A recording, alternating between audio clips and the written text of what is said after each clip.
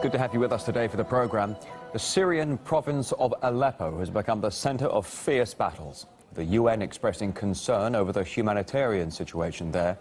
However, the bishop of the province's capital told us he sees Russia's efforts to combat ISIL as salvation from the terrorist threat.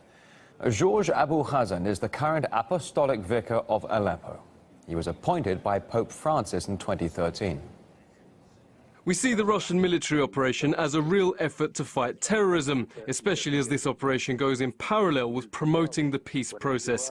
And this is the key thing. We really hope that the peace process will prevail over military actions across Syria. The majority of Syrians see the Russian military operation as a savior and as getting us out the situation we've been in for 5 years now. Syrians view the operation very positively. As I've said, Russia's actions are not limited to the military. Russia has a very positive influence on the negotiation process and dialogue between Syrians. Earlier, my colleague Neil Harvey discussed the situation in Syria and relations with the West with Dr. Butaina Sha'aban, a political advisor to President Assad. Effectively, Western-backed rebels that you're fighting in your own backyard, what do you consider them to be? Moderate or something else? Anyone who carries arms against civilians, against government, against institutions is a terrorist.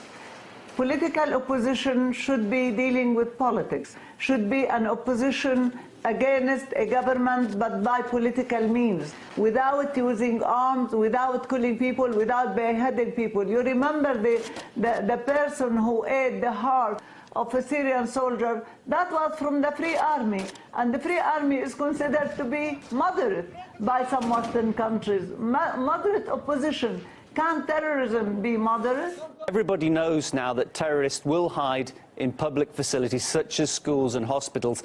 How do you avoid what some might call collateral damage, others will call innocent civilians from being killed? I think the best way to save innocent civilians is to put an end to this terrorism. And there are all the means available if there is a real will to put an end to terrorism. There is Security Council Resolution 2235, which should force countries to stop financing, arming, facilitating and sending mercenaries and terrorists into Syria. Unfortunately, there is no international will to implement that resolution. I've heard more such accusations like you just mentioned. Sadly, the terrorist attacks occurring Wednesday in Turkey. Ankara is blaming Syrian Kurds for those attacks and also claiming that they are backed by the Assad government. How do you respond to those accusations? It was actually Turkey who started the entire war on Syria.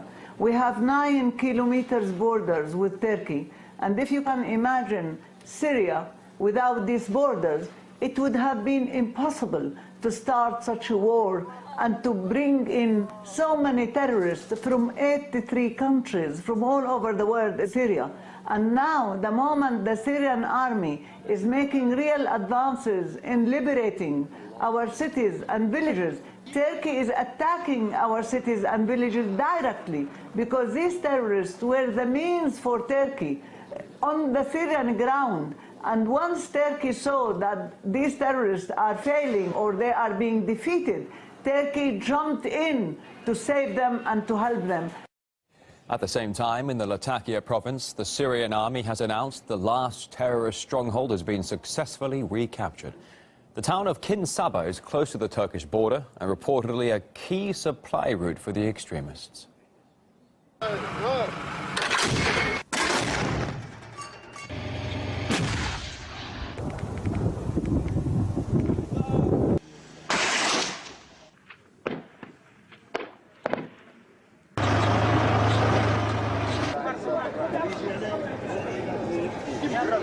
The Syrian army is the only ground force capable of defeating Islamic State. That is a view voiced by Stephen Cohen, the professor of Russian studies at New York University. He was speaking to RT America host Ed Schultz. Russia and the United States are not going to put combat troops on the ground in Syria. You can't finish off the Islamic State in Syria, no matter how much bombing the Russians and the Americans do, without ground forces. There is only one ground force capable of doing that, and that's the Syrian army. Yeah. And that's not my opinion.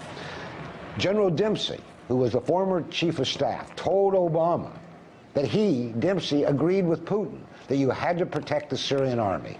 The retired head of the British General Staff said 2 days ago, Putin is right. We've got to protect, bolster the Syrian army. Yeah. President Obama has a bee in his bonnet about Putin, and he keeps denying this reality. There is the proposal, which came forward after the terrorism in Paris, by Hollande, the president of France, saying there should be a grand coalition that would include Russia against the Islamic State. Kerry has been negotiating that with Lavrov, but, and I don't share your position that we can be sure President Obama is the dove in this case, because I assume that President Obama controls NATO and controls the Department of Defense. NATO and the Department of Defense have basically stabbed Kerry in the back. Every time he gets 5 feet closer to bringing about these negotiations, we end up with movement of weapons to Russia's borders.